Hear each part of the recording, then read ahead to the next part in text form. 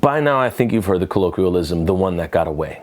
And many times that's been referred to as a romantic partner or a relationship gone awry, or even sometimes a game, a competition. The one that got away, the trophy that they missed out on when they were competing in something as an athlete.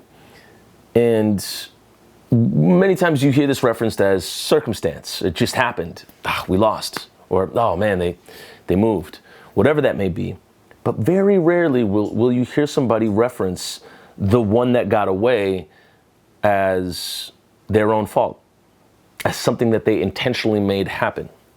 And I think it's really important for you at this moment to take a look without judgment. Again, this is no blame here. You're not looking at yourself punitively, but to look at some things that have maybe gone south and think, just assess it. Did I sabotage that? And if so, why? Because it's important to understand that many times we will sabotage something just out of a cyclical response. We will believe that our self-preservation is happening when really it's self-sabotage. And in this video, I want you to understand the difference between self-preservation and self-sabotage. Self-sabotage may feel like preservation. However, what you're doing is you're preserving the environment, you're preserving the circumstances, you're preserving your old way of being out of fear of the new way of being. If you want to do something that you've never done, you have to become somebody that you've never been.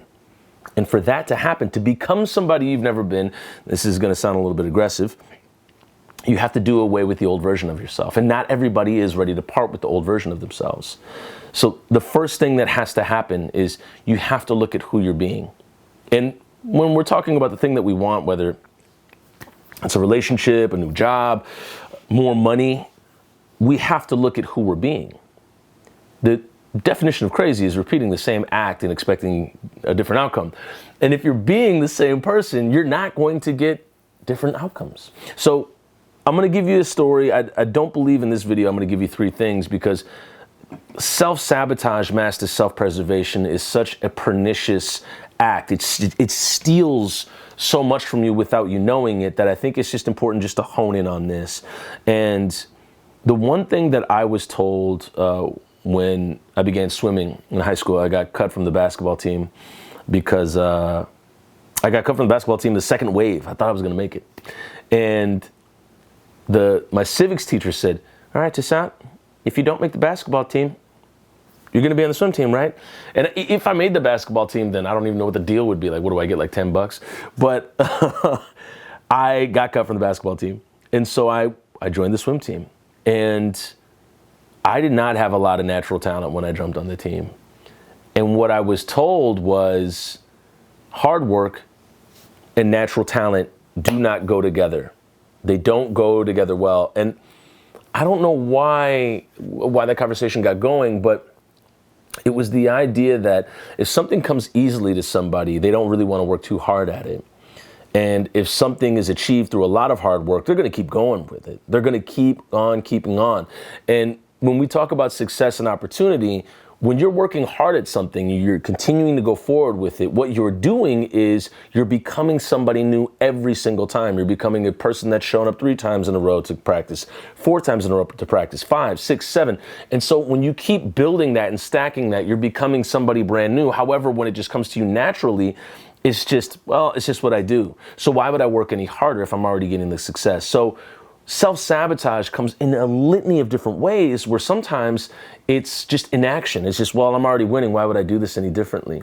And I remember seeing certain swimmers who were able to, they were able to go out the night before and party until the sun came up and come to a swim meet and just blow everybody out the water. Like it was wild. But that way of being, and this is the catch to everything, it's not sustainable.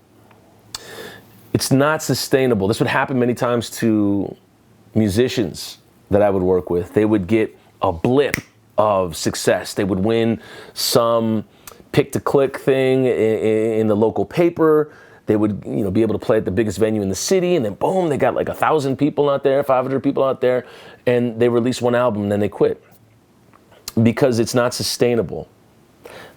Sustainable success and opportunity means that you stay the person that you wanted to become to have this success and opportunity. So when that happens, the idea is that you're able to hold on to it. It's not just a quick thing. And many times what'll happen, and even before, if there's no success at all, what I'll see certain musicians or athletes back in the day say, they would say mantras that almost kept them in this cyclical pattern of self-sabotage. And they would say, you know what it is. Or, just my luck. Or, you know how it goes for me sometimes. And they would say these things, and these may seem, trivial, but these are deep-seated mantras that are being sunken into this person's psyche, and they're believing it. And so going for the thing, it's like their routine, but getting it is absolutely terrifying. And so I would see a lot of artists that would absolutely just drop out at the experience of any success or opportunity. And you see it happen in relationships as well. Somebody gets the thing that they had been going for, or they might have complained about, and they finally get a good situation, or a healthy situation, I should say, and sabotage it. So then they can say, well, you know how that's how that goes for me. My luck. And I'm even hesitant to say these things out loud on a video because the universe don't play. It is very impersonal. You put something out there, it's just going to happen. And so when people deliver these mantras, time after time, it's no wonder that, you basically go into a cyclical pattern of self-sabotage. The thing with self-sabotage is that when it feels like self-preservation is because you don't want to change the floor that you're on. If you're on the 7th floor and you want to go to the 14th, you're going to have to switch floors. You might have to switch desks. You might have to wear a different attire. You might have to talk to different people. You might have to leave all the people on the 7th floor because guess what? Everybody that's on the 7th floor ain't going to the 14th floor. That is literally the way it goes. I remember Bob Proctor talking about, he said, I was in a bar one day and I looked around and I said, my God, there's nothing but bums in here. Nothing but bums in here. So I paid my tab and I never came back to the bar. And you know what? They never called me to see what happened. But the way Bob Proctor so masterfully tells that is that he's relaying it because he's saying he's in a bar. The vibration is what it is in the bar. That's the frequency, dog. It ain't changing. It ain't going nowhere. And if he's going to elevate, if he's going to achieve success, if he wants to, basically get all the opportunity that he's been dreaming of, he's gonna have to leave that bar. He's gonna get the heck out of there. You got to go. And it happens sometimes when you see somebody break loose from a band, or even sometimes when you see a professional athlete break free from a team. They just want to get out of there. They're like, man, this is awful though. I mean, they're making millions, but they ain't winning nothing because the vibration around the entire building is just like, nobody is in the mind frame of success at all. And they want to get out of there. But if you're just okay making millions, which I'm sure many people would be, then you stay there, making millions and losing games. But I say all this to you, for you to look at what success means to you. What does opportunity mean to you? What does the one mean to you? Like it not gotten away, or the one that you could, essentially not have, but I want to say the experience that you could experience. What is that? And when we talk about living in the feeling fulfilled, when you meditate and pray on that, or you just envision it, get quiet in the room, you can then begin to understand what it would be like to have that in your life, and what it would take to sustain that in your life. There's a lot of people, they want to get to the mountaintop, but then when they find out how tough it is to stay there, they move, they leave, they sabotage, they trip themselves up. And I myself, oh my goodness, I couldn't tell you how many times I've done this, but one thing that I'll tell you is Many times when I've sabotaged myself in the past, it was because I put myself in a situation that I knew I wouldn't want. Take up a job or friendship or relationship, whatever it might be. I knew that I off top did not want to be a part of it, but I would put myself in it because it would keep me from the success that was outside of it. And that was such it was such a nuanced way of really playing myself. And once I would do it, I would be like, why am I doing this project that I don't even want to be a part of? Why am I here? Like it just was immediate to me. Like I did not want to be a part of this thing at all.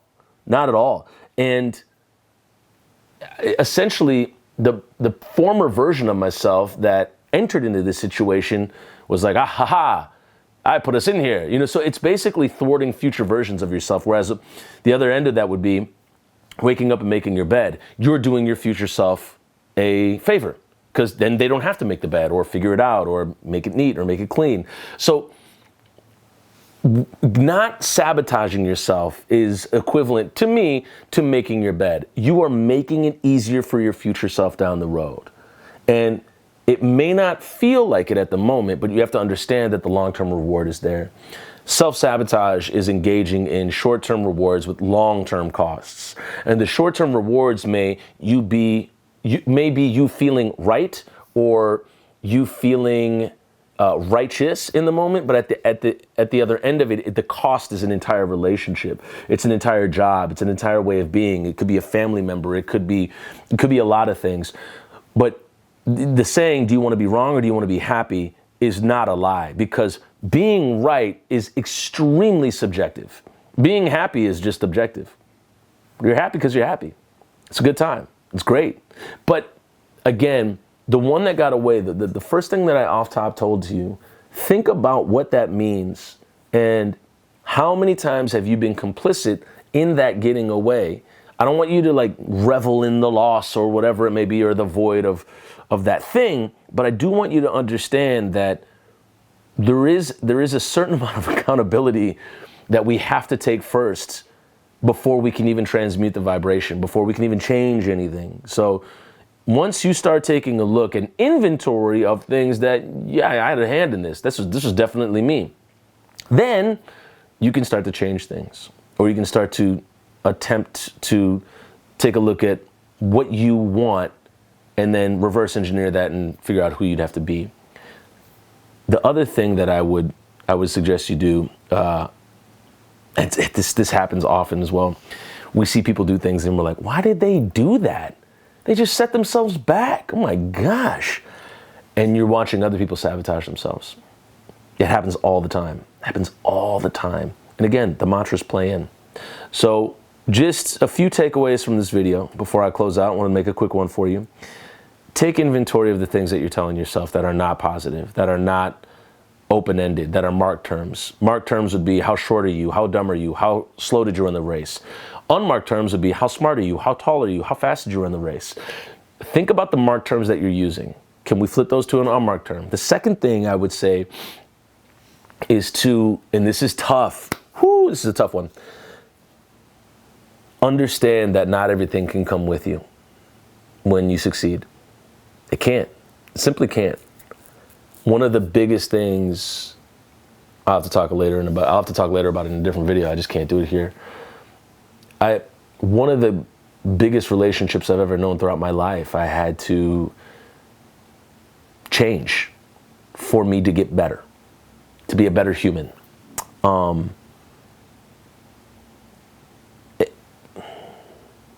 one was tough. It's still tough. It happens every day. I still deal with it.